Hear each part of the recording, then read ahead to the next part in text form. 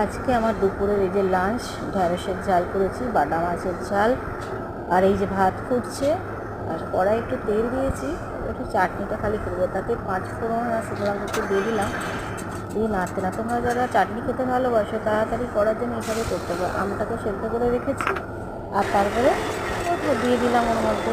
এবার এটা একটুখানি নুন দিয়ে দেবো, আর একটু হলুদ ওর মধ্যে দিয়ে দেবো। আমরা না গরম ভাত খেতে ভালোবাসি, তাই শেষকালে ভাতটা করি গরম গরম পাতাতে আছে। আচ্ছা, এবার এটাকে ঘেটে নিলাম, ঘেটে নিয়ে তারপরে দেখো এর মধ্যে পরিমাণ মতো চিনি অ্যাড করে দেবো। ব্যাস, দিয়ে একটু ভালো করে ফুটিয়ে নেবে। ফুটিয়ে নিলেই হয়ে যাবে চটজলদি চাটনি। দেখো আমের চাটনিটা আমার হয়ে গেছে, দেখো কেমন লাগছে আমের চাটনিটা। আর এই দেখো আমার এই ভাত হয়ে গেছে।